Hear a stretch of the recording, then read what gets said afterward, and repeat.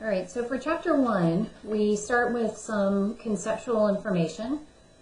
So looking at our chapter notes, right, chemistry is the science that seeks to understand the behavior of matter by looking at specifically atoms and molecules.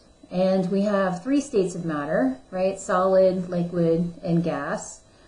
Solids are tightly packed. They have fixed volume and fixed shape. Liquid, as you know, fixed volume, but the shape is more flowing, right? It will flow. And then gases have flexible shape and flexible volume, and they are mostly empty space.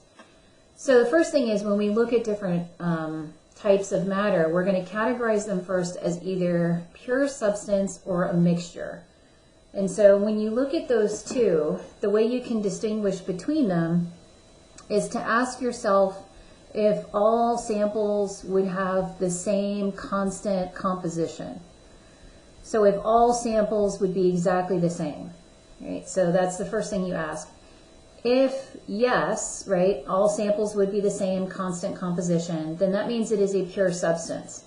There's only one substance there, that's why every sample looks the same. But if it's a mixture of substances, right, that mixture could be in different ratios. Like let's say we have salt water. Is it a 10% salt water mixture? Is it 20%, right?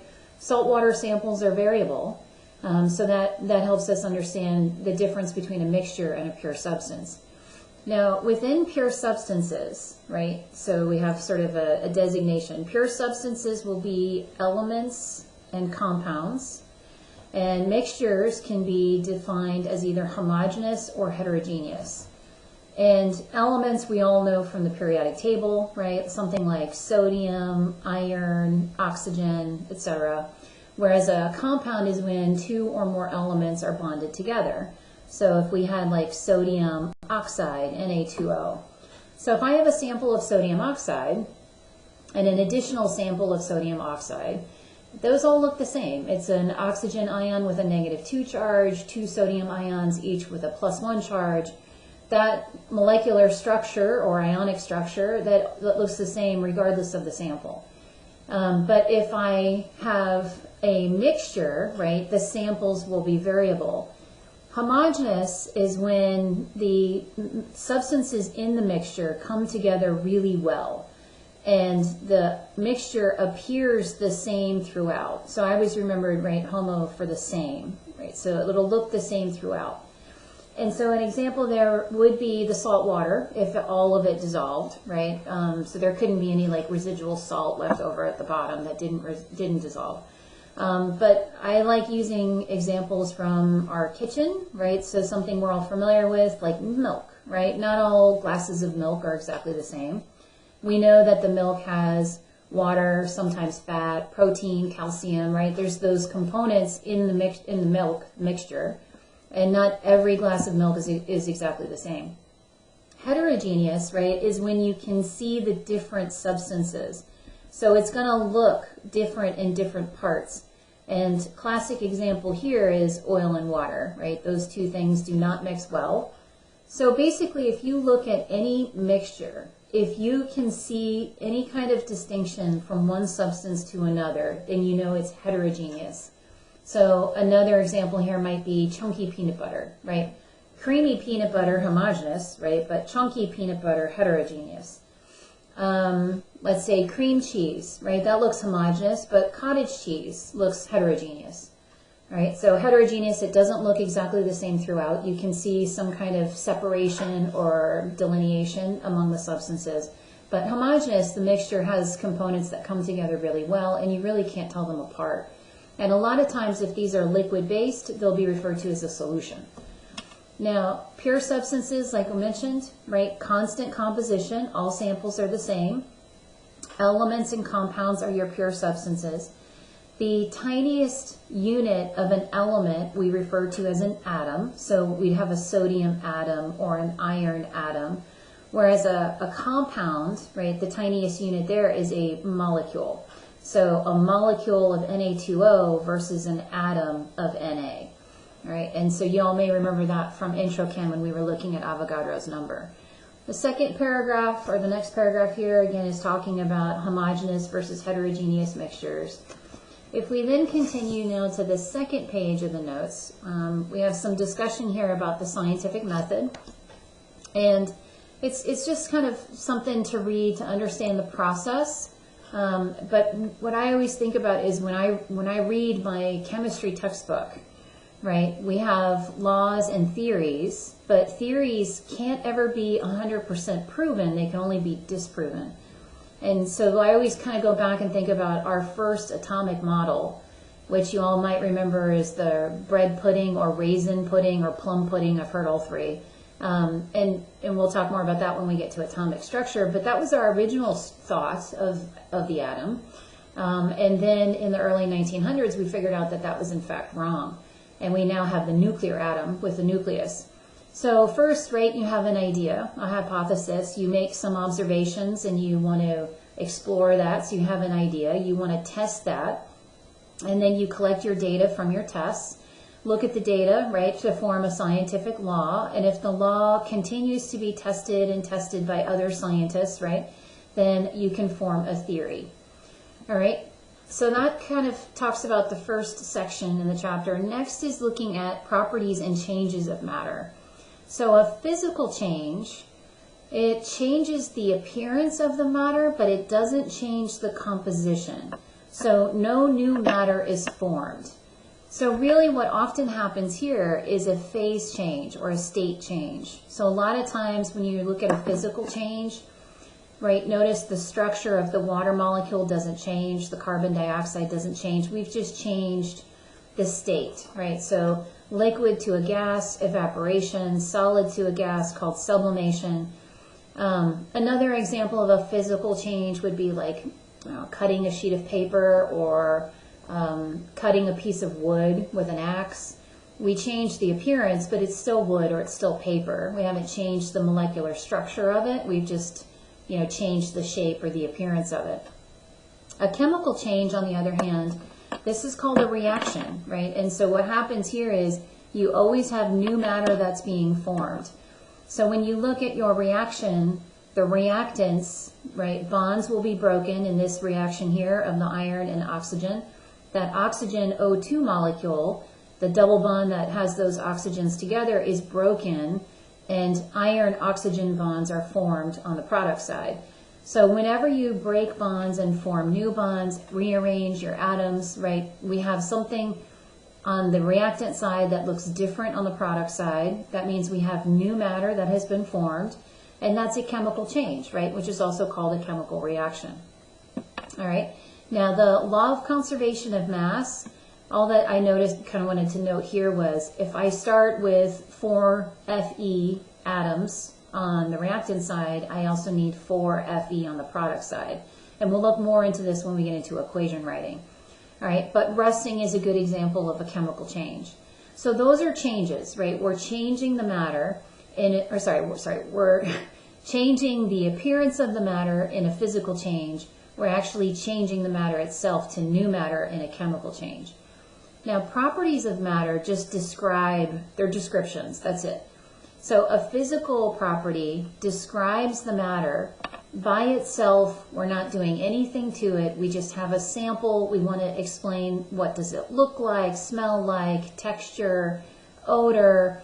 We can also do things like identify the density, the melting point, luster, those types of things. So those are just physical property. We're just describing the matter without doing anything to it.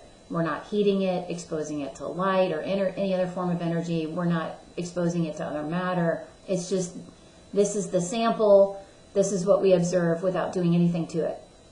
A chemical property, however, describes what happens to the matter when we do something to it. When we either heat it or expose it to light or we expose it to other matter. All right, it doesn't always have to result in new matter being formed. All right, but it does, we are definitely adding it to other matter. So we want to see what happens.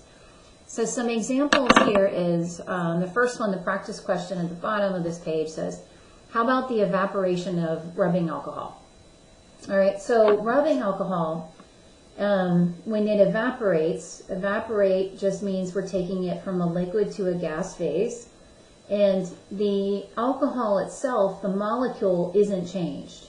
So this would just be a physical change. All we're doing is a state change. So evaporation would just be a physical change. No new matter would be formed. If we go to the next example, the burning of the propane gas. All right, so burning, we might remember from intro, we can call that combustion. So this is going to be a reaction. Sometimes if you're not sure if it's a physical or chemical change, ask yourself, would it be easy to reverse, right? When you burn the propane, you can't get the propane back. And if you remember your combustion reactions, you always combine the hydrocarbon with oxygen, right? That's the fuel for the fire. And then the carbon converts to CO2 and all the hydrogen converts to water. And so we have bonds being broken and new bonds being formed. So we can see that that is a chemical change. All right, the third one on the example practice set says we're going to bleach hair with hydrogen peroxide. So bleaching, right, hard to undo. That's going to be a chemical change. Another giveaway here is that we're adding other matter to the hair. So when we combine matter, right, we're looking at the chemistry or the chemical change. Formation of frost on a cold night, that's just taking liquid, converting it to, sorry, not G, to a solid. That's a phase change, so that is just a physical change. All right, copper wire is hammered flat. Right, so we're taking a wire, just beating it with a hammer. We're not changing the copper, we're just changing the appearance of it. So that would just be a physical change. We're not adding any matter to the copper, right, just hammering it. And then a match ignites when struck on a flint. And we know that's another burning example, so this is also going to be a chemical change. All right, and then the last part of this video is looking at energy, and energy is going to become a really big topic about halfway through the semester when we get to thermochem. So for now, I want you to know endothermic and exothermic. These are this describes overall what is the net use or release of energy. So in an endothermic process, it could be a physical process or a chemical. All right, I always think of the heat or the energy, right, has to flow in to the reaction or to the process. And if it is exothermic, it's the opposite, heat exits the reaction or the process, like if it's a physical change. So exits, so it's released. So if you're doing a reaction in lab, and let's say it's in a test tube, it's in solution, so you have a lot of water molecules, it's basically taking place inside the water is the medium. If it's an endothermic process, those surrounding water molecules will give their energy to the reaction. And when that happens, the way I think of it is, the molecules, because they're giving up their energy, they get tired and they slow down. And when molecules slow down, their temperature drops. If it's exothermic, right, the process that's occurring in the test tube is releasing energy. The surrounding water molecules are taking in that energy and they're getting excited, right, and they start moving faster, so their temperature goes up. So endothermic, your temperature drops. Exothermic, temperature goes up. One of my favorite examples of this is the evaporation of water. So we know, we can probably guess here, that in order for water to go into a gas, we need to heat it, right? We put in, like if we're going to boil water on the stove, we heat it. We have to supply the energy for that process to occur. And it's because we have to make we have to break what are called intermolecular forces. And we have a whole chapter of that at the end of the semester. But the reason why I like this example is this is the simple reason why our body temperature doesn't overheat, right? When we get hot, we sweat, the water on our skin evaporates, and as it evaporates, it takes energy from the surroundings because it is an endothermic process. The surrounding, obviously, is our body, right? So our body is supplying that energy, and thus it keeps it cool, cools it down. And it's also why you're always really cold when you get out of the shower, even though the temperature hasn't dropped, you're just wet and the water's evaporating.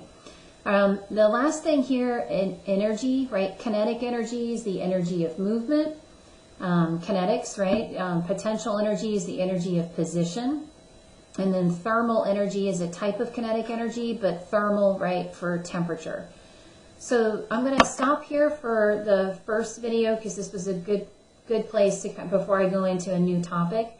So we'll have another video coming up on units and prefixes and scientific notation.